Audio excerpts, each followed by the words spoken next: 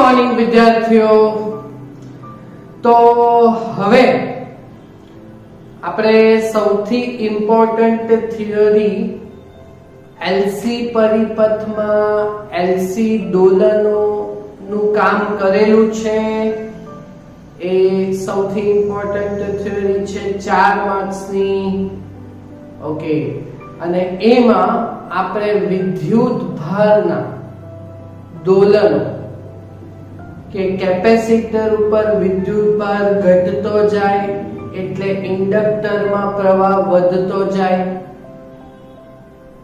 પછી કેપેસિટર માં પાછો એ જ પરિપથમાં પ્રવાહ ઘટે એટલે પાછો કેપેસિટર માં વિદ્યુત ભાર વધે। આવી રીતે આપણે વિદ્યુત ભાર એ કેપેસિટર ની બે પ્લેટો વચ્ચે ઇન્ડક્ટર થકી દોલન કરતો હતો, બરાબર। તો એ વિદ્યુત ભાર ના દોલનનું સમીકરણ તો એ તમારે કયું હતું? તો વિદ્યુત ભાર Q, તો એ Q એ cos વિધેય પર આધારિત, બરાબર ને। એ cos વિધેય પ્રમાણે દોલનોનું સમીકરણ આવે તો એલસી પરિપથ માટે વિદ્યુત ભાર આવે Q બરાબર Qm cos ઓમેગા 0t, બરાબર। અને આના પરથી પ્રવાહનું સૂત્ર તો એ આ જે છે તેનું વિકલન કરવાનું આપણે, બરાબર। તો આ સૂત્રનું આપણે વિકલન કરી એટલે પ્રવાહ dq/dt, તો વિકલન કરીએ તો ડાયરેક્ટ એ આપણું qm એમ જ ઓમેગા 0 આગળ ગુણાશે। ઓકે, અને cos નું વિકલન માઈનસ ઓફ sin આવશે એટલે minus of sin omega 0t,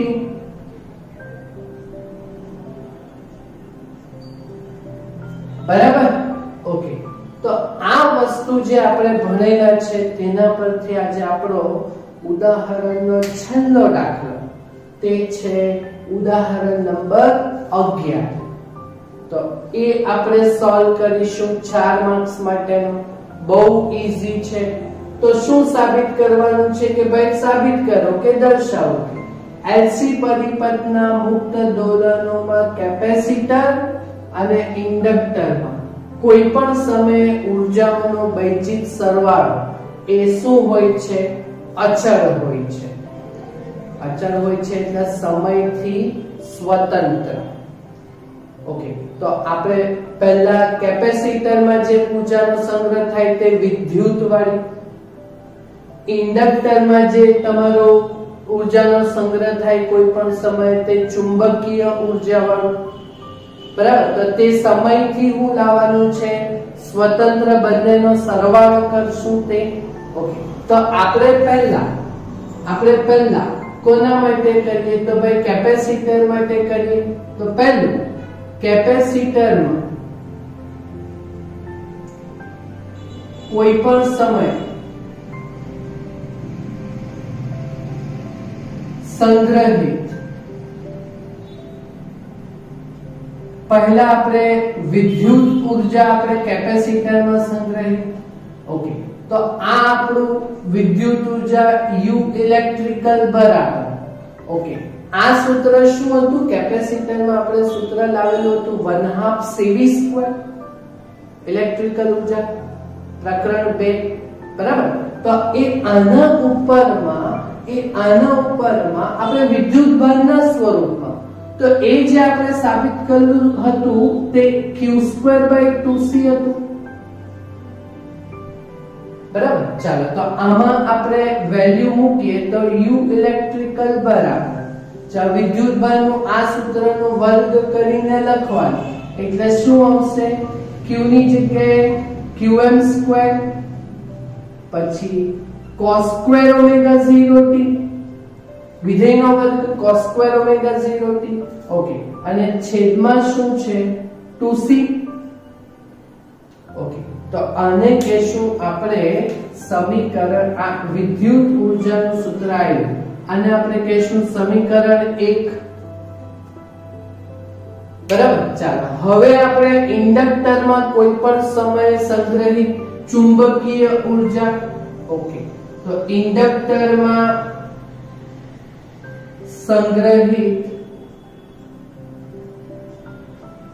કોઈ પણ સમયે આપણે ચુંબકીય ઊર્જા.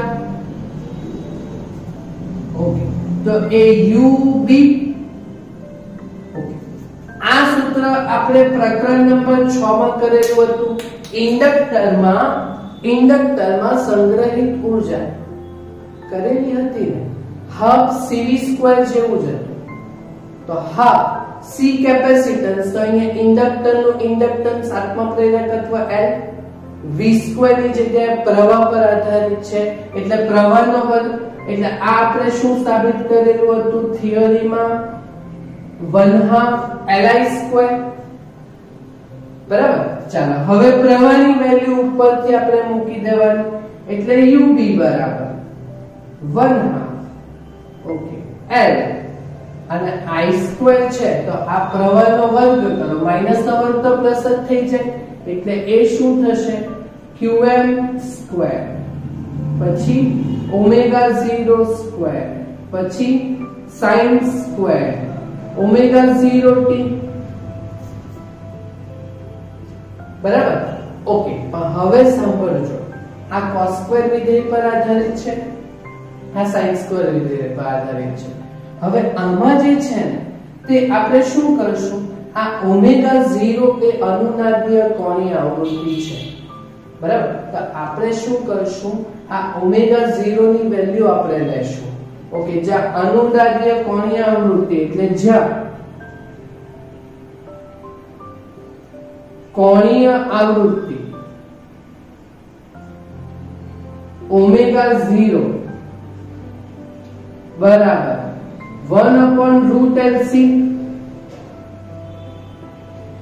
બરાબર. આ લેવલ ω0 દેખાય તો આપણે 1/√LC લેશું એટલે ω02. તો એ ω02 એટલે આપણું શું થશે? ω02 એટલે 1/LC થશે. તે આમાં મૂકીશું આપણે. ઓકે, ચાલો તો શાંતિથી. એટલે ચુંબકીય ઊર્જા UB that is equal to 1/2 L Qm². પછી ω02 છે તો એની જગ્યાએ આપણે 1/LC લેશું અને વિધેય એ તો sin² વિધેય પર છે એટલે sin² ω0t. બરાબર. એ અંદર વાળું એ જ રાખ્યું આપણે, અહીંયા ω02 ની જગ્યાએ લીધું. બરાબર. ઓકે, ચાલો તો આમાં ઉડવા વાળું કેન્સલ કરો તો આમાં શું ઉડશે? તો L અને L ઉડશે. જો તો પહેલું સમીકરણ અને બીજું સમીકરણ બંનેનો કંપવિસ્તાર સેમ આવ્યો, વિધેય જ અલગ આવ્યું.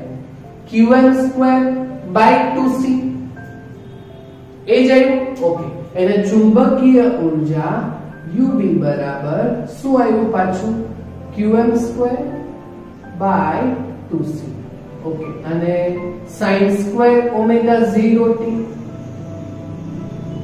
બરાબર. આને આપણે કહેશું સમીકરણ નંબર 2. બરાબર. ને આ બેનો એ લોકોએ શું માંગેલો છે? સરવાળો બૈજિક.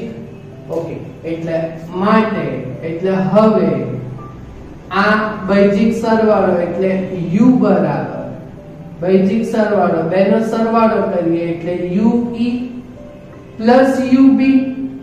ચાલો બેનો સરવાળો કરો તો બંનેમાં જે કંપવિસ્તાર છે તે Qm²/2c અચળ છે. બરાબર. ને જે વિધેય પ્રમાણે બદલાતું છે આ cos વિધેય પ્રમાણે બદલાય, આ sin વિધેય પ્રમાણે બદલાય. તો એક કૌંસમાં એ બેનો સરવાળો આવશે એટલે cos² ω0t plus sin² ω0t. બોલો હવે cos² ω0t plus sin² ω0t એની વેલ્યુ તો તમને ખબર ને કેટલી આવે? cos² પ્લસ sin² 1 આવે. બરાબર. એટલે U બરાબર બોલજો, U બરાબર કેટલું આવ્યું? qm²/2c આ આવ્યું આપણું. ઓકે, હવે આ જો આ સમય પર આધારિત હતું એટલે સમય સાથે બદલાય. આ ચુંબકીય ઊર્જા ઇન્ડક્ટરમાં સમય પર આધારિત છે એટલે એ પણ બદલાય. તો બોલો એનો બૈજિક સરવાળો સમય પર આધારિત છે નથી, એટલે આ ઊર્જા શું રહી? બંનેના સરવાળાની અચળ રહી. જો એક સાબિત કરવાનું છે તો લખી નાખીએ જે સમય t થી સ્વતંત્ર છે, જે સમય t થી શું છે? સ્વતંત્ર છે. આથી આપણે લખી શકીએ ને, આથી LC પરિપથમાં, આથી LC પરિપથમાં કેપેસિટર અને ઇન્ડક્ટર માં સંગ્રહિત ઊર્જાનો બૈજિક સરવાળો શું હોય છે? અચળ હોય છે. બોલો સમજ પડી દાખલામાં તમને? જો કેટલા માર્ક્સનો દાખલો છે? 4 માર્ક્સનો. એક બે વાર પૂછાયેલો પણ છે બોર્ડ એક્ઝામમાં. આવડશે ને? ઈઝી છે ને? બસ આ વસ્તુ તમને, આ વિદ્યુતભાર અને આ પ્રવાહ, એનું તમને દોલનોનું સમીકરણ સમજ પડવી જોઈએ. ઓકે, થશે આટલું કામ? ઓકે, તો આટલું કામ તમે પૂર્ણ કરજો. તો સ્વાધ્યાયમાં આપણે આને આધારિત જે દાખલા હશે તે આપણે નેક્સ્ટ લેક્ચરમાં કમ્પ્લીટ કરીશું. Okay, thank you very much.